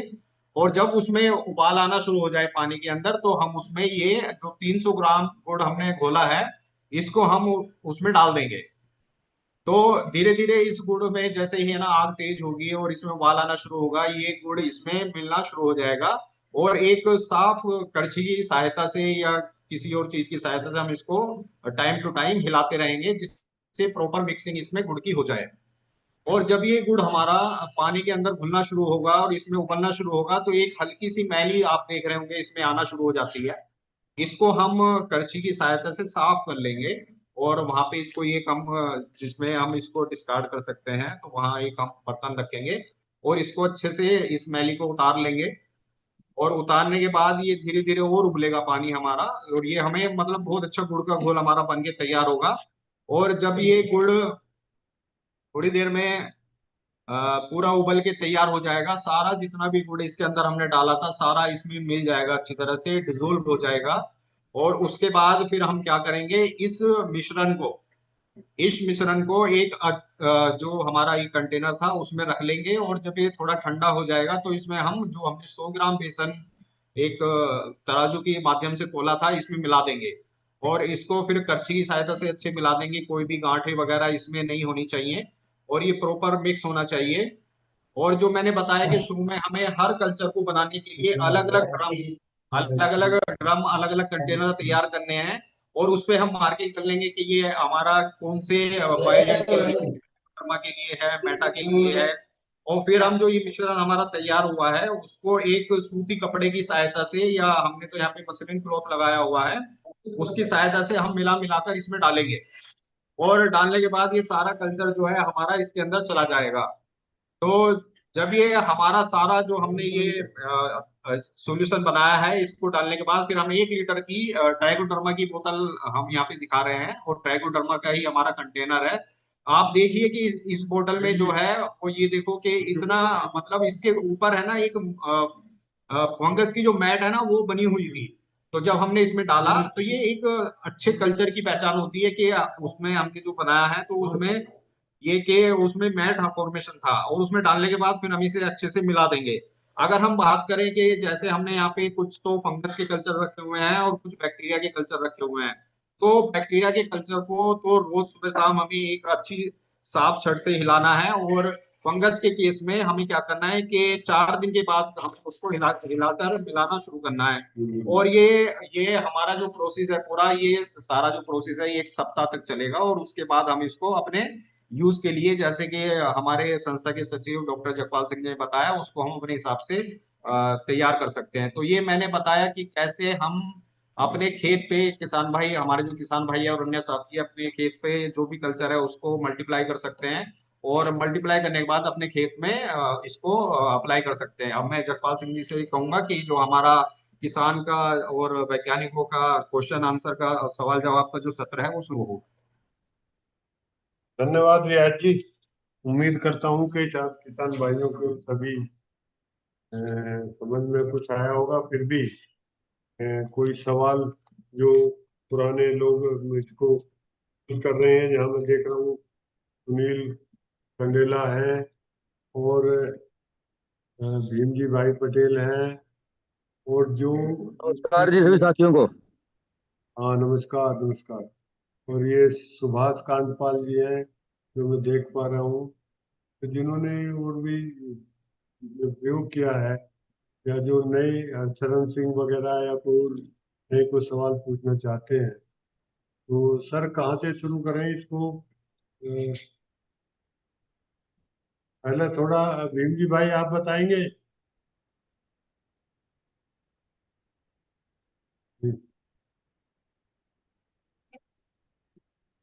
सवाल किसी का कुछ समझ में आ गया, ये जो बनाना? जगरूप सिंह जी, हरचरण सिंह जी। हाँ सर, समझ आ गया जो कुछ भी जैसे बताया।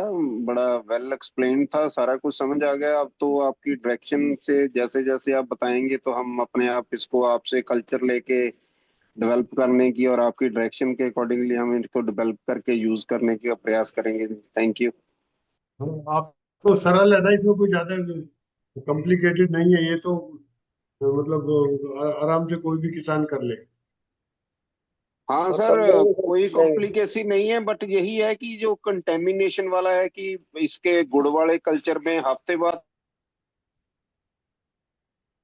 क्या? पूरा करो सेंटेंस। आपका शायद माइक ऑफ हो गया। उनका कहना ये ही है है थोड़ा कि सा कल्चर, बाकी तो जब होंगे। कंटामिनेशन कंटामिनेशन आए तो क्या करेंगे। अनम्यूट करो, अनम्यूट। हरशरण सिंह जी, अनम्यूट करो। हर्षरण जी, आपका म्यूट किया गया है, अनम्यूट करो। सुन रहे हो हर्षरण? म्यूट। यस सर, आई हाँ कैन हियर, आई अनम्यूटेड। हाँ। हाँ। तो तो आपको ये बात फिर क्या है, क्या बता फिर रहे थे, थोड़ा विस्तार में बताइए हर्षरण। फिर म्यूट हो गए। तो अपने आप म्यूट होते जा रहा है। देखो, जो आपने कहा कंटेमनेशन, कंटेमनेशन का ये जो मैंने बताया अपने व्याख्यान के दौरान भी, कि कंटेमनेशन तो खेत में भी होना है। तो इनको इस कंटेमनेशन के ज्यादा चक्कर में ना पड़ के आप इसको एक क्रॉप के सीजन में 5-6 महीने तक कोई अपने यहाँ प्रयोग 3-4 बार जो करना है कर सकते हो। बस ये ध्यान ये रखना है कि उसको बंद रखने की कोशिश करो और नीचे ड्रम में टोंटी से निकालो। तो इसी से बहुत कुछ काम हो जाएगा। सुनील जी, आपने कुछ ऐसा महसूस किया कि जो 2-4 महीने बाद इसमें कुछ कंटेमिनेशन आ गया, उसका इफेक्ट कम हुआ हो, प्रभाव कम हुआ हो? सर मैंने तो ज्यादा छेड़खानी कर दी थी एक बार, तो जो बढ़िया बनाया ना तो उससे अच्छा रिजल्ट आया। मैंने सोचा ये वैसे आ गया होगा रिजल्ट इसका। हम्म। फिर अगली बार मैंने नहीं किया तो उसमें फिर पता चल गया ना रहा ये। तो थोड़ा सा छेड़खानी करने में मजा आता है ना, उसका नुकसान भी होता है सर। फिर उसमें कई बार क्या है कि मतलब एक दो बार है ना, उसमें जो जो कीड़े होते हैं ना, जो सफेद टाइप हाँ। कल्चर में वो मतलब हो गया था। उसको फिर मैं, मैगट, मैगट। हाँ ठीक जी है, हाँ जी, कीड़ा आ गया। हाँ, वो मैगट आ हाँ गया जी सर कीड़ा आ इसमें। गया था जी। तो उसको खाली करो, दोबारा करना है आपको। ये हाँ वो खाली एक वो, महीने के ज्यादा ज्यादा, एक महीने से ज्यादा नहीं रख पाएंगे। हाँ वो खाली कर दिया सर मैंने, फिर दोबारा बना दिया था। हाँ बिल्कुल सर सही किया आपने। इसका मतलब ये है कि जो भी हमारे को कल्चर मिलेगा, हमने एक बार उसको मल्टीप्लाई करके यूज कर लेना है, और जब नेक्स्ट टाइम करना है तो आपसे अगेन दोबारा कल्चर लेके उसको मल्टीप्लाई करके यूज कर लेना है। हाँ, उसकी अगर गुणवत्ता मेंटेन करनी है तो यही करना पड़ेगा। और वो क्योंकि रीजन क्या है कि वहाँ उसका जो अभी आपने बताया कि भाई वो कंटेमिनेशन कुछ ना कुछ तो होगा, तो उसकी गुणवत्ता गिरेगी। और इसकी क्वांटिटी भी फिर शुरू में जो है 1 से 10। हट गया आपका।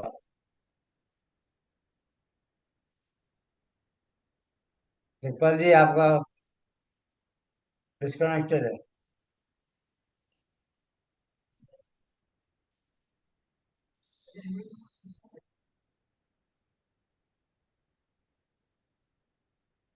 हाँ जी यार।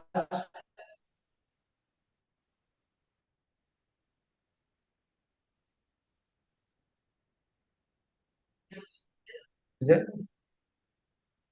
जब तक जगपाल जी आएंगे, उनका प्रॉब्लम है, तब तक मैं एक सवाल सारे शामिल हुए हुए किसान से लोगों को पूछना चाहूंगा कि आपका अपना अनुभव इस दिशा में क्या है, ये भी साझा कर पाएंगे।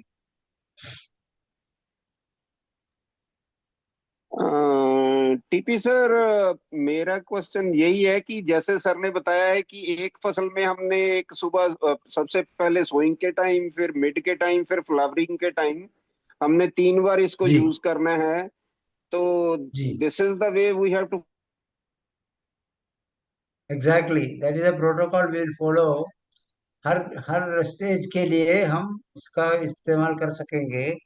और पूरा फसल के दौरान, 2 या 3 महीने का फसल के दौरान इसको कल्चर देखिए हम।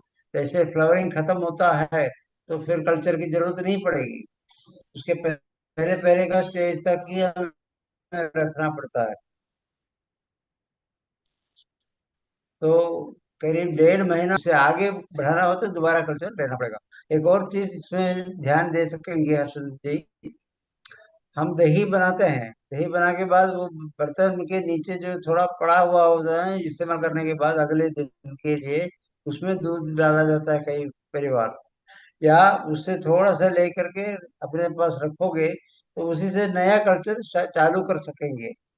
उसमें कोई दिक्कत नहीं पड़ेगी। ओनली थिंग इज उनका जो न्यूट्रिएंट्स है, जैसे गुड़ है, वो क्वांटिटी को लेना ऐसा कोई जरूरत नहीं है। जगपाल जी आपका म्यूटेड है, आप अनम्यूट करो जगपाल जी, प्लीज अनम्यूट। हाँ कनेक्शन जी, हाँ में जी। गड़बड़ हो गई थी सर। कोई नहीं, कोई नहीं, मैं उनको संभाल रहा था, उनको बोल रहा था कि अपना जी। कल्चर कैसे बना सकते हैं। जैसे दही का कल्चर की कहानी है, घरों में होता ही है, थोड़ा सा बचा के रखो, उसी से आगे फर्दर उस सीजन के लिए बना सकते हैं। अगले सीजन के लिए, अगले फसल, नए फसल के लिए फ्रेश मांग के मंगवा के करेंगे, मैं ज्यादा बेहतर रहेगा। हाँ जी, ये बताइए। कहूंगा कि ये जो केमिकल फर्टिलाइजर लाते हो, इसको कितनी बार मल्टीप्लाई करते हो? ये बायोजेंट के चक्कर में नहीं जो सर, ये होता केमिकल है कि वाला तो जो मार्केट में मिलता है उसको तो आप मल्टीप्लाई कर ही नहीं सकते। पता नहीं वो कैसे हाइबरनेट करके हाँ, तो देते हैं। ऐसा ही आप लोग इसमें, जब या तो आप ये देख लो उसका रिजल्ट आपको ठीक लगे जाए, करते रहो, कोई बंदिश तो है नहीं। चलिए,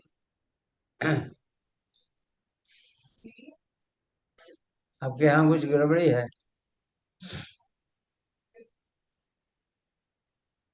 हो नहीं पा रहा। चलो वीडियो बंद करके आप चला चालू करिए ऑडियो। कई बार ऑडियो से काम बनता है।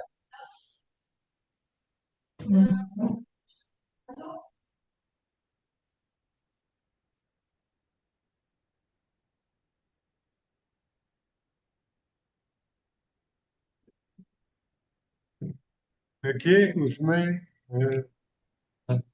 आपको जब तक चलाना चाहे वो आपकी मर्जी है, मल्टीप्लाई तो होता रहेगा ना कुछ। लेकिन अगर उसका सही रिजल्ट गुणवत्ता युक्त चाहते हो तो कल्चर आप में बदलते रहना चाहिए। ये हम लैब में भी जब ज्यादा बार मल्टीप्लाई कर लेते हैं तो फिर उसको हम रीजनरेट करने का एक प्रोसेस है जिससे कि उसकी विगर बनी रहे। देखो, एक तो आदमी मुर्दा घूम रहा है, एक ताकतवर तकड़ा घूम रहा है, उसमें फर्क होता है। हम अपनी लैब में भी इसको रिफ्रेश करते रहते हैं। अगर हम उसको बराबर करते तो हर जन हर बार उसके मल्टीप्लिकेशन से उसकी कुछ ना कुछ रिजनरेशन होता है, मतलब उसकी ताकत में कमी आती है, तो उससे जो फायदा उतना होना है वो कम होता है। फिर भी आप स्वतंत्र है कितना, जितना जब तक चलना चाहे चलाएं।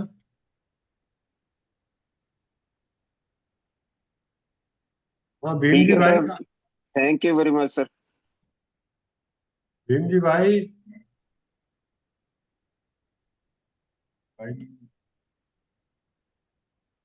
और किसी का कोई सवाल? सवाल बड़े कम हो रहे हैं।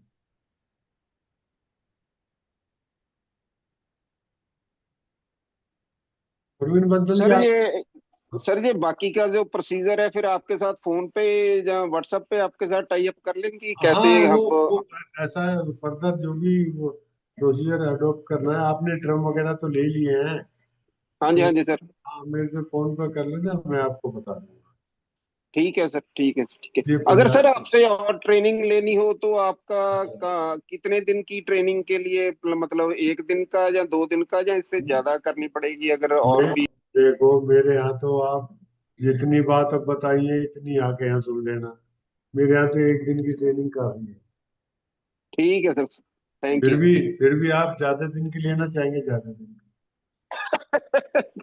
सोना ही समझू सर, भाई थैंक यू। इसमें कुछ है नहीं ना ज्यादा, इसको हाँ, कॉम्प्लिकेटेड। अच्छा, जो दूसरी चीजें हैं वो हम ही कर सकते हैं, आप कर नहीं सकते उनको। उसके लिए ठीक है पूरी सर, ठीक। लैब चाहिए। फिर भी मैं चाहूंगा आप कभी दिल्ली आए तो एक बार लैब विजिट करेंगे, तो जी सर, जी। आपको और अच्छा लगेगा कि एक सही हाँ, काम कर रहा हूँ। बस नहीं नहीं सर।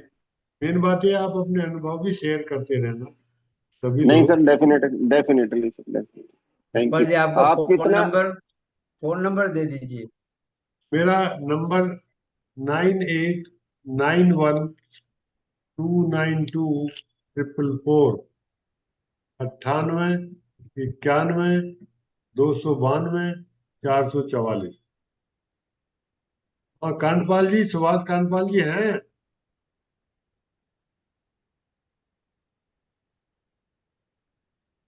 तो सीन तो दिख रहे नहीं। डॉक्टर साहब, मैंने जमीन में 1 एकड़ की मिट्टी उठवाई थी हाँ, और उसमें गन्ना लगा दिया। गन्ना बड़ा अच्छा लग रहा है, लेकिन धरती हार्ड है, अभी भी बहुत ज्यादा टाइट है, और कहीं कहीं काणापन भी है गन्ने में और रेड रोट भी है। तो उसमें क्या करें? देखो, रेड रोट कानापन तो कीड़े की वजह से है। और रेड हाँ, रोट का तो अभी आपने कब बोया? अभी बोया क्या? होगा बस लगभग थोड़ा थोड़ा। नहीं, आपने वो अप्रैल मई में बोया, फरवरी में बोया, या वो तो अक्टूबर में? पिछले पिछले साल अक्टूबर का की बिजाई का है सर वो। अच्छा, अक्टूबर की बिजाई का है। तो उसमें हाँ आपको जी। ट्राइकोडर्मा विरिडी या ट्राइकोडर्मा अर्जेनियम रेड रोड के लिए, और ये सारों को अगर डालोगे ना, वो जो आप कह रहे हैं ना कि जमीन में कुछ अभी हार्डनेस है, तो ये जमीन को जैसे केचुआ पोली करता है, ये पोली भी करते हैं। इनका ये भी अनुभव देखा गया मैंने कि पानी की कम आवश्यकता पड़ती है पीने। और जमीन का जो जो है ना, जो टेक्सचर, वो इम्प्रूव होता है। ये गन्ने के किसानों में ईस्टर्न यूपी में मैंने अपने करीब 100 के करीब वहाँ वो लगवाए हैं डिमॉन्स्ट्रेशन। सभी किसानों ने अच्छी तारीफ की है। टिलरिंग भी मजबूत गन्ने में, दांत भी अच्छा हुआ, और जमीन में सुधार होगा। आप इसको अ, जितना और हांडा फ्री में, और जो इसमें थोड़ा सा ज्यादा डालो, इसको अप्लाई करो, जमीन का फर्क पड़ जाएगा, पैदावार का भी। और ये जो रेड रोड तो बिल्कुल ही कंट्रोल हो जाएगी। और ये दूसरे कीड़े हैं, उनमें दिक्कत क्या है? जो जितने भी शुगर केन के बोरर हैं, उन सभी के पत्तियों की निचली सतह पर इनका अंडे देते हैं। तो अब जो भी कोई स्प्रे करते हैं, वो ऊपर से करते हैं। वो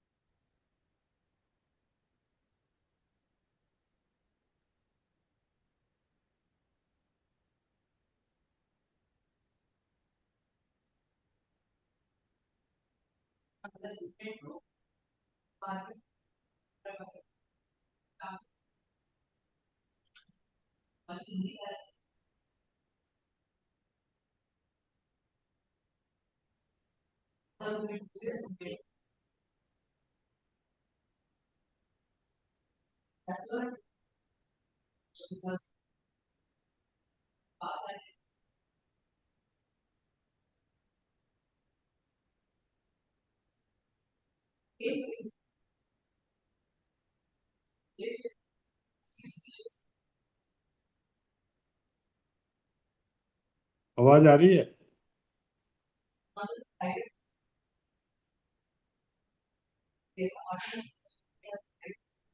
हाँ, रियाज जी, रियाज जी।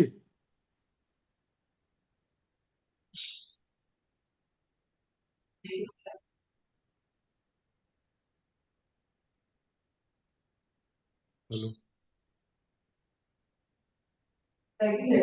हैंड अप करके अभी कर रहा आ रही है सर, आ रही है जी, आपकी आवाज आ रही है। अच्छा, रियाज जी आप सर अगर और कोई सवाल ना हो। ऐसा है, हमें लग रहा है कि करीब करीब 1:30 बज गया।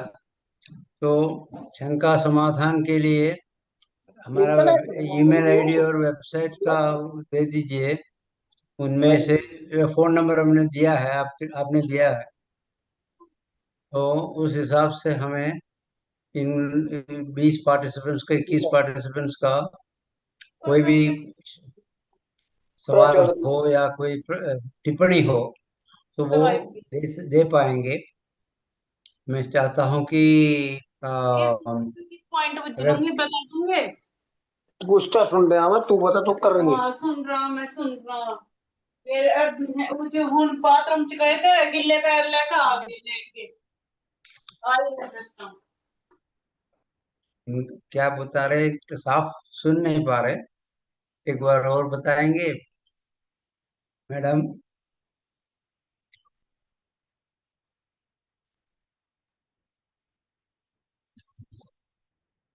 जगपाल जी,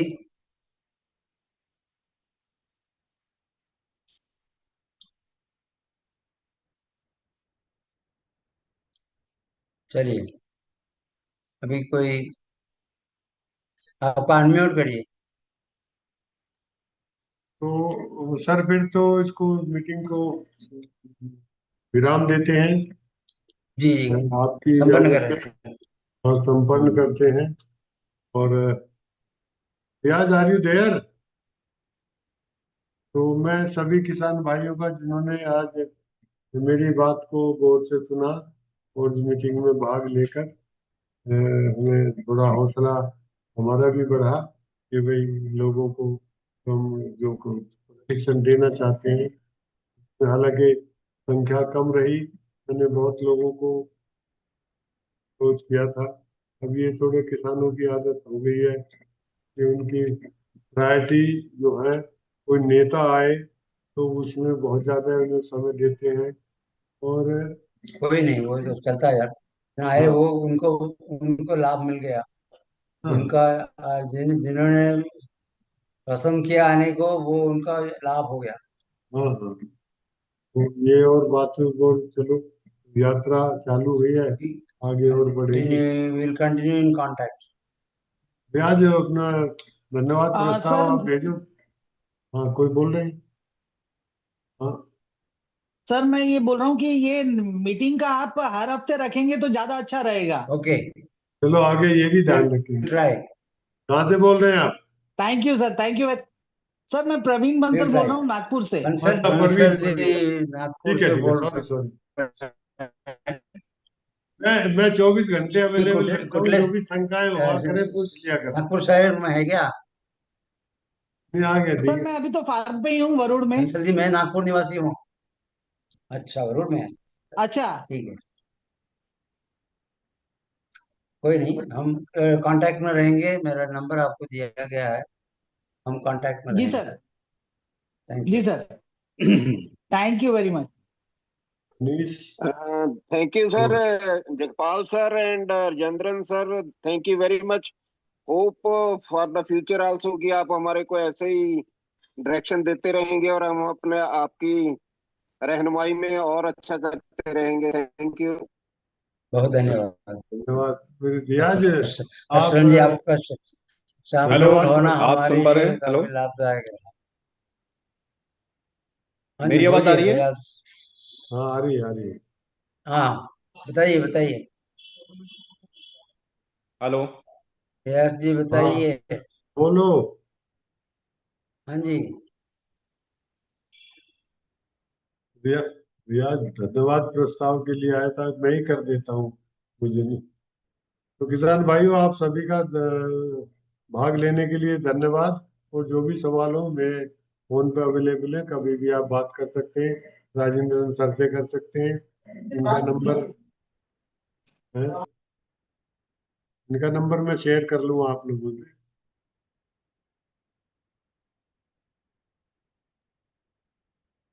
ठीक है सर, करें फिर इसको समापन।